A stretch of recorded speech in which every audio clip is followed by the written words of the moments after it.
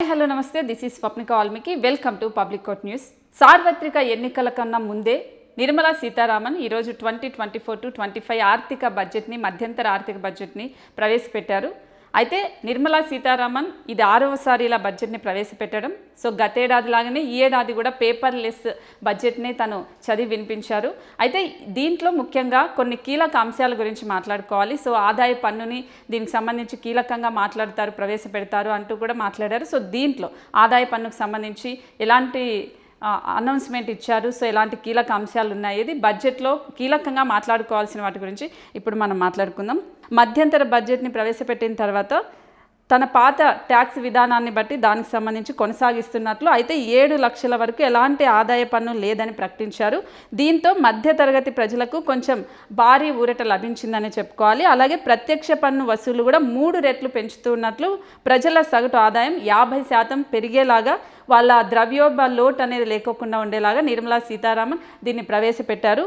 So అలాగే ఈ బడ్జెట్లో మొత్తం బడ్జెట్ వచ్చి 47.66 లక్షల కోట్లకు సంబంధించి ప్రవేశపెట్టారు. సో దీంట్లో సామాన్యులకు ఒక గుడ్ న్యూస్ అనే చెప్పుకోవాలి. ఎవరైతే బస్తీల్లో ఉంటారో, అద్దె ఇళ్లలో ఉంటారో, వీళ్ళకి, ఎవరైతే మధ్యతరగతి ప్రజలు ఉంటారో వాళ్ళకి సొంత ఇంటి కళ నెరవేరే విధంగా 5 ఏళ్లలో PM ఆవాస్ యోజన కింద 2 కోట్ల ఇళ్ల నిర్మాణం చేపడతాము అంటూ నిర్మలా సీతారామన్ ఈ బడ్జెట్ సమావేశంలో దీనికి సంబంధించి మాట్లాడారు. సో అలాగే రక్షణ రంగానికి సంబంధించి 6.2 లక్షల కోట్లని ప్రవేశపెట్టారు. అలాగే జాతీయ రహదారులకు సంబంధించి 2.8 లక్షల కోట్లు, రైల్వేకి సంబంధించి 2.55 లక్షల కోట్లు, అలాగే ఆహారం ప్రజా పంపిణీకి సంబంధించి 2.13 లక్షల కోట్లు ఖర్చు చేస్తాము అంటే బడ్జెట్ ప్రవేశపెట్టారు. అలాగే హోంశాఖకు సంబంధించి 2 లక్షల కోట్లు, గ్రామీణ అభివృద్ధికి సంబంధించి 1.77 లక్షల కోట్లు, రసాయనాలు ఎరువులకు సంబంధించి 1 లక్ష కోట్లను అయితే ప్రవేశపెట్టారు. అలాగే కమ్యూనికేషన్, వ్యవసాయ, రైతు సంక్షేమానికి సంబంధించి 2 లక్షల కోట్లను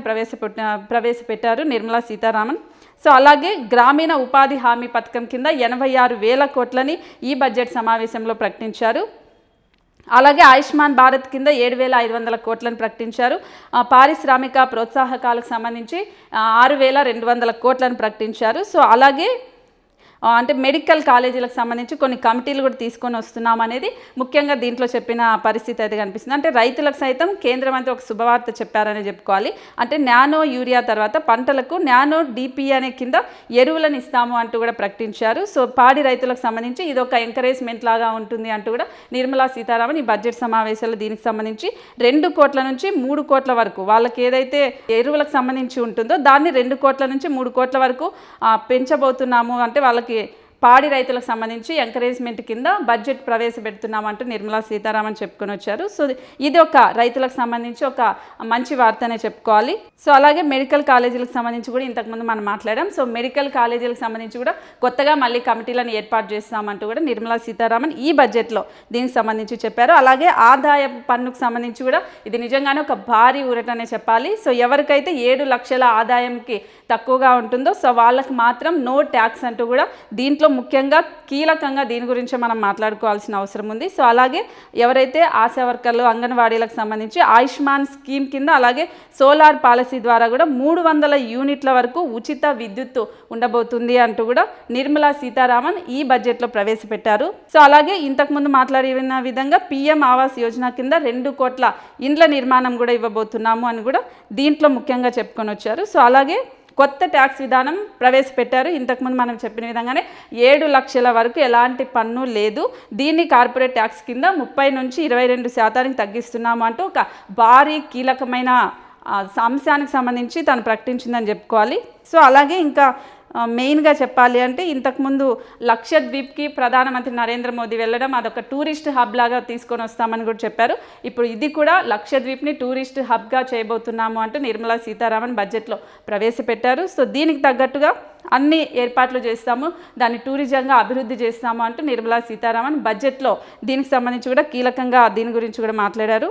సో అలాగే పేదలకు 2 కోట్ల ఇళ్లని ప్రకటించబోతున్నామంటూ రాబోయే 5 ఏళ్లలో పట్టణ, గ్రామీణ పేదలకు సంబంధించి 2 కోట్ల ఇండ్లను మేము ఇవ్వబోతున్నాము అంటూ నిర్మలా సీతారామన్ ప్రకటించారు. ప్రధానమంత్రి ఆవాస్ యోజన కింద ఈ ఇళ్ల నిర్మాణం చేపడతాము అంటూ కూడా స్పష్టం చేశారు. అలాగే 1000 విమానాలను కొంటాము అంటూ చెప్పారు. అంటే దేశంలో పౌర విమానయాన రంగానికి సంబంధించి, సో ఇలా విమానాలకు సంబంధించి కూడా రోడ్డు వ్యవస్థ, అలాగే రైల్వే కారిడార్స్ ఇవన్నీ కూడా అభివృద్ధి చేస్తాము అంటూ కీలకంగా ఈ బడ్జెట్లో ప్రవేశపెట్టింది. అలాగే వచ్చే వారం నుంచే భారత్ రైస్ అనేది అందుబాటులో వస్తుంది అని చెప్పారు. ధరల పెరుగుదలను అరికట్టేందుకే ఇలా వచ్చే వారం నుంచే భారత్ రైస్ని సబ్సిడీ కింద బియ్యాన్ని కూడా రిటైల్ అవుట్లెట్ల కింద విక్రయించాలి అంటూ కూడా దీంట్లో బడ్జెట్లో నిర్మలా సీతారామన్ ప్రకటించారు. అలాగే రిటైల్ అవుట్లెట్లకి కిలో బియ్యాన్ని 29 రూపాయలకే విక్రయించే విధంగా అధికారం నిర్ణయం తీసుకునే విధంగా 2 రోజుల్లో దీనికి సంబంధించి కూడా ప్రకటన విడుదల చేస్తాము అంటూ నిర్మలా సీతారామన్ కీలకంగా దీని గురించి కూడా మాట్లాడారు.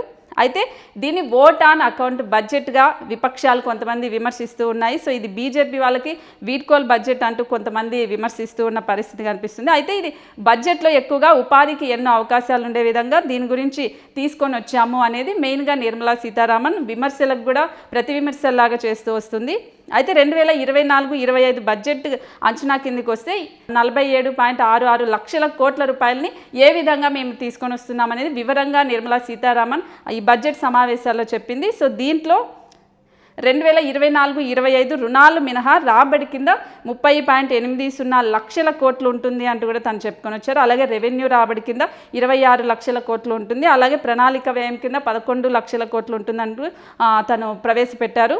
సరికొత్తగా రోడ్ల మ్యాప్కి సంబంధించి వికసిత్ భారత్ అనే పేరుతో ఎఫ్డిఏ పెట్టుబడులు పెరుగుతాయని, అలాగే విదేశీ పెట్టుబడులకు కూడా ఇది ఒక స్వర్ణ యుగంలాగా ఉంటుంది అంటూ కూడా నిర్మలా సీతారామన్ ఈ బడ్జెట్లో చెప్పుకొని వచ్చారు. సో అలాగే డెవలప్మెంట్కి సంబంధించి ఎఫ్డిఐ అనేది ఫస్ట్ డెవలప్మెంట్, రోడ్లకు సంబంధించి డెవలప్మెంట్ జరుగుతుంది. అలాగే పర్యాటక ప్రాంతాల అభివృద్ధికి సంబంధించి కూడా ఇప్పుడు లక్షద్వీప్ని ఎలాగైతే అభివృద్ధికి ఒక టూరిస్ట్ హబ్ లాగా చేయాలనుకుంటున్నారో రిమైనింగ్ పర్యాటక ప్రాంతాలు ఏముంటాయో వాటిని కూడా అభివృద్ధి చేసే విధంగా బడ్జెట్లో దీనికంటూ పర్యాటక హబ్కు సంబంధించి ప్రత్యేకంగా ఒక బడ్జెట్ని అయితే ప్రకటించారు నిర్మలా సీతారామన్. అలాగే ప్రత్యక్ష పన్నుల వసూళ్లకు సంబంధించి 3 రెట్లు పెంచే విధంగా దీనికి మాట్లాడారంటే ప్రత్యక్షంగా పరోక్షంగా పన్నులకు సంబంధించి ఎవరైతే దిగుమతి సుంకాలు ఉంటాయో వాళ్ళకి ఎలాంటి మార్పు లేదు అంటూ చెప్పుకొచ్చారు. అలాగే ఆదాయ పన్ను రిటర్న్ సమర్పించిన వారికి రీఫండ్స్ కింద వేగవంతం చేస్తాము అంటూ కూడా దీంట్లో కీలకంగా మాట్లాడారు. అలాగే జిఎస్టీ విధానం ప్రయోజకరంగా ఉంటుంది. అలాగే 94% మందికి పారిశ్రామికవేత్తలు ఎవరైతే ఉంటారో వాళ్ళందరికీ కూడా ఇది ఉపయోగపడే విధంగానే ట్యాక్స్ విధానం తీసుకొచ్చాము అనేది నిర్మలా సీతారామన్ బడ్జెట్లో దీని గురించి ప్రస్తావించారు. సో అలాగే ట్యాక్స్ పేయర్స్ సొమ్ము అనేది ఖచ్చితంగా దేశ అభివృద్ధికి మాత్రమే ఉపయోగిస్తాము అంటూ కూడా కీలకంగా బడ్జెట్ సమావేశాల్లో నిర్మలా సీతారామన్ మాట్లాడారు. సో రాష్ట్రాలతో కలిసి పనిచేస్తాము అంటూ కూడా నిర్మలా సీతారామన్ దీనికి సంబంధించి అంటే ఎవరైతే విమర్శలు చేస్తూ ఉంటారో వాళ్ళకి రాష్ట్రాలను అన్నీ కలుపుకొని వెళ్ళి అభివృద్ధి పథంలో దేశాన్ని తీసుకొని వెళ్తాము. ఈ 2024-25 బడ్జెట్ అనేది మొత్తంగా అభివృద్ధికి సంబంధించే ఉంటుంది అంటూ కూడా నిర్మలా సీతారామన్ ఈ బడ్జెట్ సమావేశాల్లో కీలకంగా మాట్లాడుతూ వచ్చింది. సో దీంట్లో పిఎం ఆవాస్ యోజన కింద 2 కోట్ల నిర్మాణానికి సంబంధించి దానికి సంబంధించి కూడా కొన్ని రూల్స్ అండ్ రెగ్యులేషన్స్ ఉంటాయని చెప్పింది. దాంట్లో అంగన్వాడీ కార్మికులకు, హెల్పర్స్కి ఆయుష్మాన్ భారత్ అనే దాని కింద ఉంటుంది. అలాగే 9 నుంచి 18 ఏళ్ళ బాలికలు ఎవరైతే ఉంటారో వాళ్ళకి సర్వైకల్ క్యాన్సర్ ఏదైనా ఉన్నప్పుడు దానికి సంబంధించి చర్యలు ఎలా తీసుకోవాలనే దానిపైన ఉంటుంది. అలాగే మెడికల్ కాలేజీలకు సంబంధించి కమిటీ అనేది ఏర్పాటు చేస్తాము అంటూ చెప్పారు. అలాగే మధ్యతరగతి వాళ్ళ కోసం ఇళ్ల నిర్మాణానికి ఎక్కువగా ప్రాధాన్యత ఇస్తామంటూ చెప్పుకొని వచ్చారు. సో ఇలా నిర్మలా సీతారామన్ చెప్పిన ఈ కీలక అంశాలన్నింటిలో కూడా మొత్తంగా ప్రజలకు ఉపయోగపడే విధంగా, సో అలాగే రాష్ట్రాలను కూడా కలుపుకొని పోయే విధంగానే ఉంటుంది అని చెప్పుకొని వచ్చారు. సో ఇది మధ్యంతర బడ్జెట్ మాత్రమే కాబట్టి ఇంకా ముందు దీనికి సంబంధించి 2024-25కి సంబంధించి మధ్యంతర బడ్జెట్ మాత్రమే ఇప్పుడు విడుదల చేశారు. మరి దీనిపైన విమర్శలు ఎలా ఉంటాయనేది కూడా చూడాలి. సో మెయిన్గా ఇప్పుడు నిర్మలా సీతారామన్ ప్రకటించింది అయితే ఇది.